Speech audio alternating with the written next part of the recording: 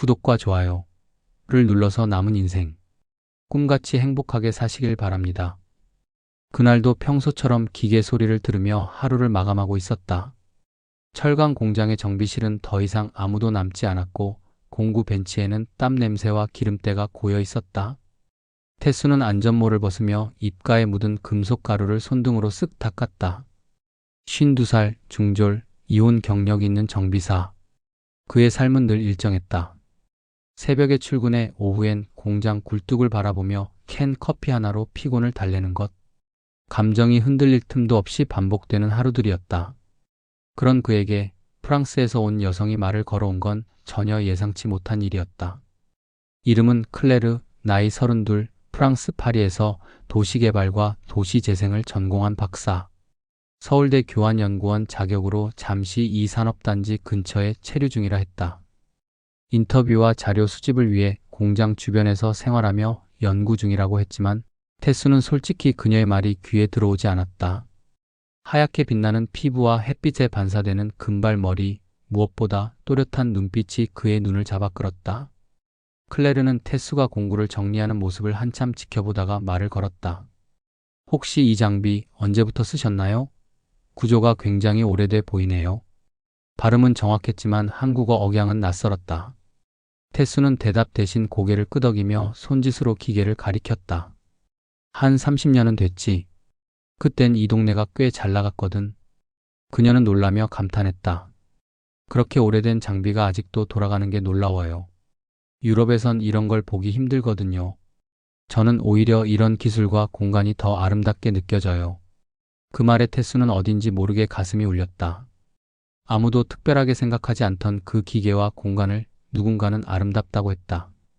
그녀는 며칠간 공장 주변에서 관찰하며 정비사들의 일상을 사진으로 남기고 있었다. 태수는 그녀의 카메라에 자주 찍혔다. 카메라 렌즈 너머로 느껴지는 그녀의 시선은 단순한 기록을 넘어서 어떤 감정을 품고 있는 것 같았다. 처음엔 그냥 호기심일 거라고 생각했다. 유럽에서 온 젊고 총명한 여성이 이 낡은 동네와 나이든 노동자에게 호감을 느낄 리 없다고 믿었다. 그러나 시간이 흐를수록 클레르의 태도는 진지했고 무엇보다 꾸준했다. 그녀는 공장 인근의 조용한 여관에 머물며 퇴근 시간 즈음이면 늘 공장 앞 벤치에 앉아 태수를 기다렸다. 혹시 오늘도 잠깐 시간 괜찮으세요? 근처 분식집에서 떡볶이랑 김밥 먹어보고 싶었는데 혼자 가긴 좀 그래서요. 그녀의 초대에 태수는 어쩔 수 없이 따라갔다. 분식집 문을 열자마자 기름 냄새가 훅 끼쳤고 그녀는 신기한 듯 메뉴판을 읽으며 웃었다. 김말이? 오징어 튀김? 이름이 다 귀엽네요. 테이블에 마주 앉은 두 사람 사이엔 처음엔 침묵이 흘렀다. 그러나 떡볶이 국물을 맛본 클레르가 환하게 웃으며 말했다. 매워요. 근데 맛있어요. 이거 감정이 확 깨는 맛이네요. 그녀의 웃음에 태수도 피식 웃었다. 오랜만에 누군가와 밥을 먹으며 웃었다. 그날 이후 두 사람은 종종 함께 시간을 보냈다. 클레르는 태수에게 사진을 보여주며 그의 손과 작업복에 묻은 기름 자국을 아름답다고 했다. 그는 그것이 진심인지 알 수 없었지만 적어도 그녀는 위선이 없어 보였다. 어느 날 그녀는 그에게 조심스럽게 물었다. 혹시 이런 질문 실례일 수도 있는데요. 결혼하셨어요? 태수는 담담하게 말했다. 했었지. 오래전에 이혼했어. 아들은 있는데 나랑 연락 안 해. 클레르는 한참 말이 없었다. 그러다 조용히 말했다. 저도 어릴 때 아빠랑 떨어져 살았어요. 아빠는 조선소에서 일하다가 사고로 돌아가셨거든요. 그래서인지 이런 공간이 왠지 낯설지 않아요. 그녀의 말에 태수는 묘한 동질감을 느꼈다. 배경도 국적도 언어도 다르지만 그들의 삶 어딘가에는 닿는 지점이 있었다. 공장의 철문이 닫히는 소리, 용접기의 불꽃, 기계가 멈추는 순간의 고요함까지 그녀는 그 모든 것을 마치 예술처럼 받아들였다. 클레르는 어느 날 조심스럽게 말했다. 저 다음 달이면 다시 파리로 돌아가야 해요. 연구 일정이 거의 끝났거든요. 그런데 말끝을 흐리는 그녀를 보며 태수는 처음으로 두려움을 느꼈다. 그녀가 떠난다는 사실보다 그녀 없이 다시 이 일상을 어떻게 견딜 수 있을까 하는 생각이 더 무서웠다. 그녀는 잠시 침묵하다가 말했다. 당신이랑 함께 있는 시간이 너무 좋아요. 그냥 좋아하는 걸 넘어서 너무 특별했어요. 태수는 대답하지 않았다. 대신 그녀의 시선을 피하지 않았다. 그날 밤 두 사람은 처음으로 손을 맞잡았다. 겨울의 문턱에 들어선 시골 공장 마을에 두 사람의 온기만이 조용히 퍼지고 있었다. 클래스가 자리를 뜨고 사무실 문이 닫히자 민호는 자리에서 일어섰다. 그녀의 향기가 아직도 허공에 어른거리는 것 같았다. 달콤하고 낯선 하지만 자꾸만 곁에 두고 싶어지는 향기였다. 민호는 자신의 심장이 너무 어린아이처럼 반응하고 있다는 것을 스스로도 알고 있었다. 그럼에도 어쩔 수 없었다. 머릿속에 클래스의 눈빛과 미소가 하루 종일 맴돌았다. 민호는 자신을 꾸미는 데 익숙하지 않았다. 늘 검은 작업복에 땀 냄새가 배어있는 것이 평소의 모습이었다. 그러나 그날 밤 그는 거울 앞에 오래 서 있었다. 수건으로 얼굴을 닦고 머리를 매만지고 낡은 셔츠 대신 새로 산 셔츠를 꺼내 입었다.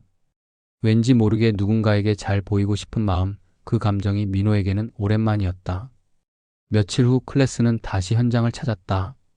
이번에는 더 오래 머물렀다. 그리고 어느 날 그녀는 회의가 끝난 뒤 민호에게 조용히 말을 걸었다. 민호 씨, 혹시 이 근처에 조용한 카페 같은 데 있나요? 차 한 잔 마시고 싶은데 혼자 가긴 좀 그래서요. 민호는 놀란 눈으로 그녀를 바라보다가 어색하게 웃으며 고개를 끄덕였다. 아, 예. 근처에 조용한 데 하나 있긴 해요. 별건 아니지만 분위기는 좋아요. 둘은 함께 차를 마시러 갔다. 골목 안에 자리한 작은 찻집, 민호가 종종 혼자 시간을 보내던 곳이었다. 클래스는 벽에 걸린 오래된 사진과 조명, 그리고 창밖을 바라보며 말했다. 이런데 너무 좋아요.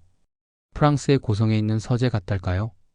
여긴 정말 시간이 천천히 흘러가요. 민호는 말없이 그녀의 손목에 걸린 손목시계를 바라보았다. 얇은 은색줄의 작은 다이얼, 움직임이 섬세하고 단정했다. 클래스의 손목처럼. 그는 조심스럽게 물었다. 클래스 씨는 왜 한국에 오셨어요? 박사면 어디든 갈 수 있었을 텐데. 그녀는 잠시 침묵하다가 컵을 들었다. 차에서 피어오르는 김 사이로 그녀의 얼굴이 부드럽게 번졌다. 어릴 때 한국에서 입양된 친구가 있었어요. 그 친구랑 어릴 적 추억이 많았죠. 결국은 돌아갈 수 없는 사람이라는 걸 알았지만 난 그 친구의 뿌리가 궁금했어요. 그래서 한국에 오게 됐고 여기서 더 오래 있고 싶어졌어요. 민호는 묘한 감정에 휩싸였다. 무언가를 찾아온 사람이었구나. 하지만 결국 스스로를 잃지 않으려 애쓰는 사람이기도 했다. 그는 자신도 모르게 조용히 말했다. 잘 오셨어요. 여긴 생각보다 따뜻한 곳이에요. 특히 누군가 곁에 있다면요. 그날 이후 클래스는 종종 민호를 찾았다. 그는 그녀에게 공장을 안내하고 낯선 재료의 이름을 가르쳐 주었다. 클래스는 유창한 한국어로 따라하며 장난스럽게 말했다. 이건 마치 언어를 배우는 것처럼 재미있어요. 기계의 언어요. 민호는 무뚝뚝한 말투로 웃었다. 기계도 마음이 있어요. 고장 난다고 버리는 게 아니죠. 고치고 다듬고 같이 늙어가는 거예요. 클래스는 그런 민호의 말에 자주 웃었다. 그녀는 한 번도 그런 종류의 따뜻함을 가까이에서 느껴본 적이 없었다. 세련되고 스마트한 도시 남자들 사이에서 자라왔지만 그들이 주는 감정은 언제나 얇고 가벼웠다. 하지만 민호는 달랐다. 거칠고 투박했지만 그의 말엔 늘 진심이 묻어 있었다. 어느 날 비가 내렸다. 공장은 일찍 문을 닫았고 클래스는 우산을 들고 민호의 작업장 앞에서 그를 기다리고 있었다. 민호는 깜짝 놀라 물었다. 왜 여기 있어요? 비도 오는데 연락도 없이. 클래스는 웃으며 우산을 살짝 들어 올렸다. 민호 씨한테 보여주고 싶은 게 있었어요. 혼자 보기 아까운 풍경이 있어서요. 그녀는 민호를 데리고 근처 공원으로 향했다. 비 내리는 정원은 한산했고 물방울이 나뭇잎을 때리는 소리만이 공기를 메우고 있었다. 클래스는 우산을 민호에게 넘겨주고 자신은 빗속으로 걸어 나갔다. 민호 씨, 우리 같이 걸어요. 오늘은 그냥 이렇게 걷고 싶어요. 아무 말 없이요. 민호는 망설였지만 결국 우산을 접고 그녀 곁에 섰다. 둘은 천천히 그리고 말없이 걸었다. 그녀의 손이 민호의 팔에 살짝 닿았고 민호는 그 온기에 놀라 심장이 덜컥 내려앉는 듯했다. 하지만 그는 아무 말도 하지 않았다. 그날 밤 민호는 잠들지 못했다. 그녀가 떠나기라도 할 것처럼 불안했고 반대로 그녀에게 더 가까이 다가가고 싶은 충동에 휩싸였다. 그는 평생 누군가를 진심으로 원한 적이 없었다. 그런데 클래스는 달랐다. 그녀는 민호에게 잊고 지냈던 어떤 감정을 일깨우고 있었다.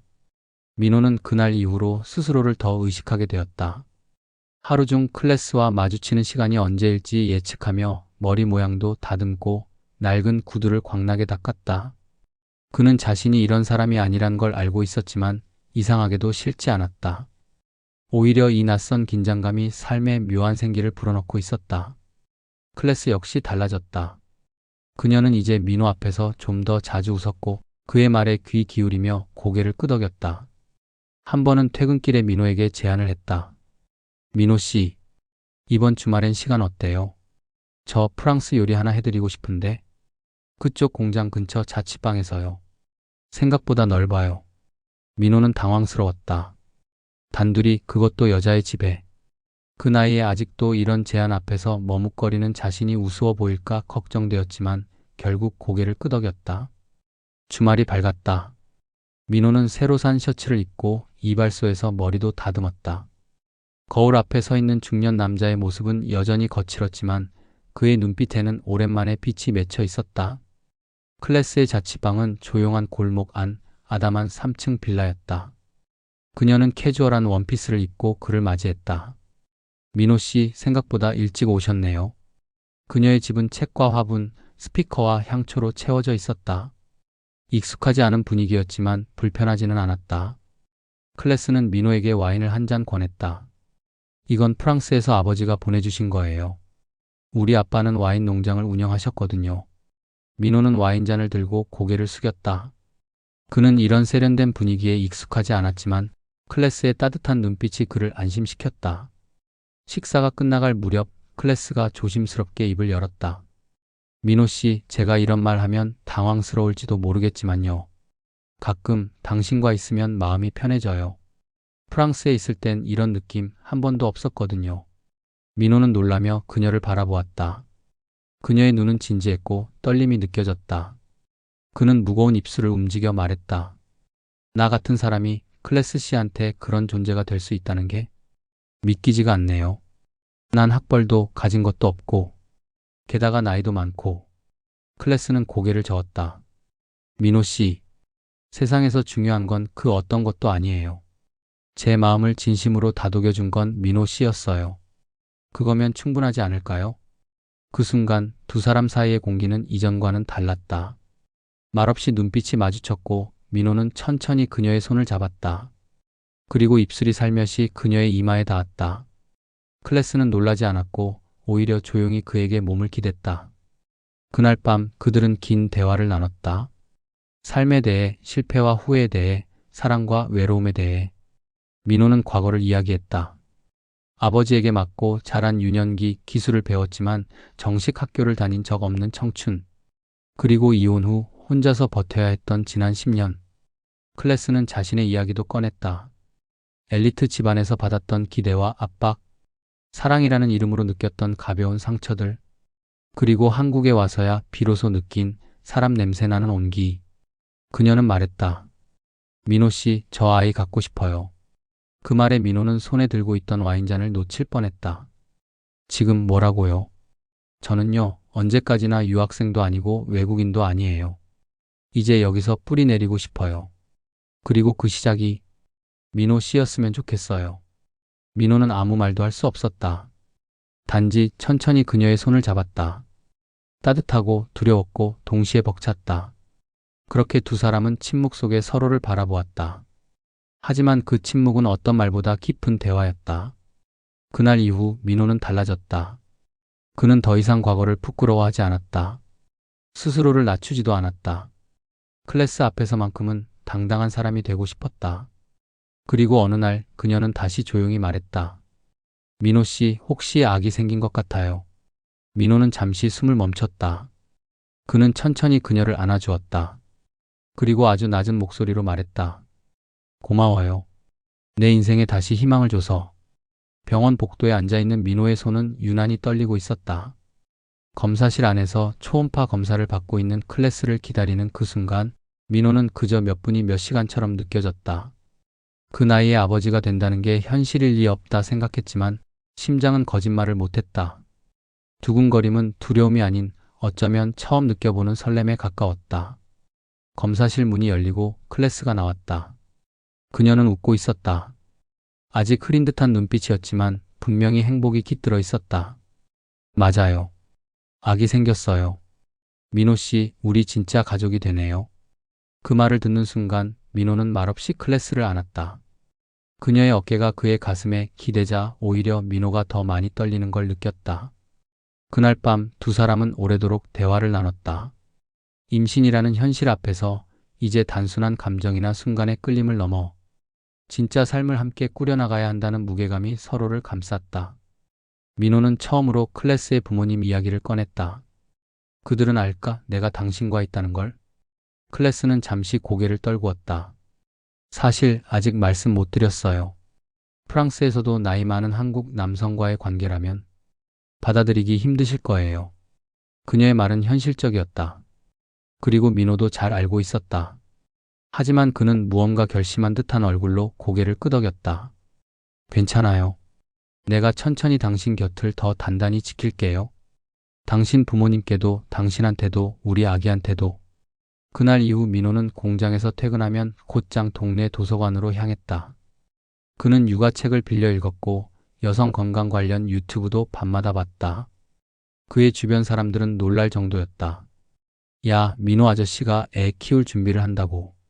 그 나이에 무슨 아기냐 하며 웃는 이들도 있었지만 민호는 그럴수록 더 굳은 표정으로 말했다.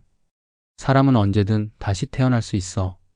나 같은 사람도 누군가의 희망이 될 수 있다면 그걸로 된 거야. 클래스는 이전보다 피곤해 보였지만 민호가 곁에 있다는 것만으로 힘이 난다고 했다. 그녀는 점차 한국 생활에 더 녹아들었다. 시장에 가면 아줌마들과 자연스레 대화하게 되었고 민호의 오랜 이웃들과도 조심스럽게 안부를 주고받았다. 하지만 문제는 늘 예상치 못한 곳에서 터졌다. 민호가 일하던 공장 사장이 클래스의 임신 소식을 듣게 된 것이다. 그는 커피 자판기 옆에서 민호를 불러 세웠다. 민호 씨, 요즘 클래스 씨랑 같이 산다던데. 그 친구 외국인이잖아. 애까지 있다면서. 요즘 세상에 참 보기 드문 일이야. 그런데 말이야. 사장은 말을 흐리다가 조심스레 눈치를 보며 말을 이었다. 외국인이랑 엮이면 여러 가지 서류 문제도 있고 좀 골치 아파질 수도 있어. 그쪽 문제로 회사 이름 나가면 곤란하잖아. 결국 민호는 몇 주 뒤 갑작스레 계약 연장 불가 통보를 받았다. 그는 불안한 마음에 바로 집으로 돌아와 클래스에게 사실을 말했다. 미안해. 내가 일터를 잃었어. 아무래도 우리 관계가 좋게 보이지 않는 것 같아. 클래스는 눈을 깜빡였다. 하지만 그녀는 무너지지 않았다. 대신 그의 손을 꼭 잡고 말했다. 괜찮아요. 우리 둘 다 일할 수 있어요. 저도 연구 과제 제안서를 다시 써볼게요. 학교 쪽에서 연락이 올지도 몰라요. 민호는 감동과 미안함이 교차하는 감정을 느꼈다. 이 서양 여인이 프랑스에서 유학 온 엘리트 박사가 지금 이 순간 자신보다 더 단단하다는 걸 실감했다. 며칠 뒤 클래스는 진짜로 연락을 받았다. 서울의 한 대학에서 박사과정 연구 발표를 요청하며 외국인 강사 자리를 제안한 것이다. 그날 밤 두 사람은 오랜만에 웃을 수 있었다. 민호는 말했다. 클래스 나 당신 만난 이후로 진짜 많이 변했어. 내가 이런 삶을 살 수 있으리라고는 생각도 못했어. 클래스는 미소를 지으며 그의 어깨에 기댔다. 당신 덕분에 나도 처음으로 사랑받는다는 감정을 알았어요. 그리고 이제는 우리 아기를 통해 사랑을 준다는 게 뭔지도 알게 되겠죠. 그녀의 배는 어느새 살짝 불러오기 시작했고 민호는 그 부푼 복부에 조심스럽게 귀를 댔다. 그리고 아주 낮게 속삭였다. 고마워. 내 인생에 와줘서. 그리고 내 아이로 태어나줘서. 그날 밤 작은 방엔 별다른 말도 없이 온기와 숨결만이 조용히 흐르고 있었다. 봄이 오는 길목, 동네 뒷산 자락에 벚꽃이 조용히 피기 시작했다. 민호와 클래스는 손을 잡고 천천히 산책길을 걸었다. 그녀의 배는 이제 제법 불러왔고 작은 생명의 존재가 확실히 느껴지는 순간이 늘고 있었다. 이 길 나 예전에 혼자서 자주 걸었어. 출근하다 말고 그냥 이 길로 빠져서 하루 종일 앉아 있었지. 민호는 조용히 말을 꺼냈다. 왜요? 살기 싫어서. 민호는 웃듯 고개를 끄덕였다. 그땐 내가 왜 살아야 하는지도 모르겠더라고. 근데 지금은 너무 살고 싶어. 너랑, 우리 애기랑. 클래스는 그의 손을 꼭 쥐었다. 자신이 누군가의 이유가 되었다는 걸 깨닫는 순간 그녀의 눈엔 눈물이 맺혔다. 며칠 뒤 클래스는 서울에 있는 대학으로 면접을 보러 갔다. 국제학부에서 유럽사회 문화와 젠더 연구를 강의할 예정이었다. 면접관 중에는 클래스의 이력서를 보고 고개를 끄덕이는 이도 있었지만 나이를 확인하고 눈을 치켜뜨는 사람도 있었다. 그리고 결혼 상태를 묻는 질문이 나왔다. 동거 중이십니까? 결혼은 법적으로 되어 있으신가요? 클래스는 미소 지으며 대답했다. 법적으로는 아니지만 저는 헌신적인 동반자와 함께 살고 있습니다. 그리고 곧 아이도 태어납니다. 면접은 조용해졌고 클래스는 더 이상 말을 덧붙이지 않았다. 그녀는 당당했다. 그 어떤 제도도 이 사랑을 깎아내릴 수 없다는 확신이 있었다. 며칠 후 대학 측으로부터 연락이 왔다. 강의는 수락되었지만 정식 채용은 보류하겠다는 통보였다. 민호는 분노를 감추지 못했다. 이게 무슨 시대인데 동거했다고 사람을 이리 보냐고. 하지만 클래스는 담담했다. 우리는 우리가 할 수 있는 걸 하자. 그게 우리 사랑을 지키는 길이야. 두 사람은 곧 작은 북카페를 열기로 했다. 위치는 민호가 오래 살던 동네 골목 입구, 작은 주택의 1층을 개조한 공간이었다. 책은 클래스가 직접 고른 사회철학과 예술서, 민호가 좋아하는 시집과 고전소설이 어우러졌다. 커피는 민호가 직접 내렸다. 클래스는 외국인 친구들과 작은 강연회를 기획했고 동네 어르신들에게는 무료 영어 수업도 열었다. 북카페는 조용히 입소문을 탔다. 동네에선 프랑스 아줌마 책방이라고 불렸고 그곳에 가면 마치 영화 속 주인공이 된 기분이라는 평도 나왔다. 아이를 낳는 날은 맑은 아침이었다. 클래스는 진통 중에도 민호의 손을 꼭 쥐고 말했다. 민호 씨, 고마워요. 나한테 기회를 줘서. 사랑이라는 걸 끝까지 믿을 수 있도록 해줘서. 민호는 눈시울을 붉히며 웃었다. 내가 날 믿어줬기 때문에 내가 살 수 있었어. 이 아이도 우리 둘의 증거니까. 산부인과 조용한 분만실 안에서 아기의 울음소리가 퍼졌다. 민호는 떨리는 손으로 딸의 손가락을 만졌다. 그 조그마한 손이 그의 거칠고 주름진 손을 움켜쥐는 순간 민호는 세상에서 가장 부드러운 표정을 지었다. 며칠 후 아이 이름은 지안으로 지었다. 뜻은 평온한 지혜. 클래스가 고른 이름이었다. 그 후로도 두 사람은 많은 걸 감내해야 했다. 혼인신고는 불가능했지만 민호는 변호사의 도움으로 자녀 출생신고에 아버지 이름을 올렸다.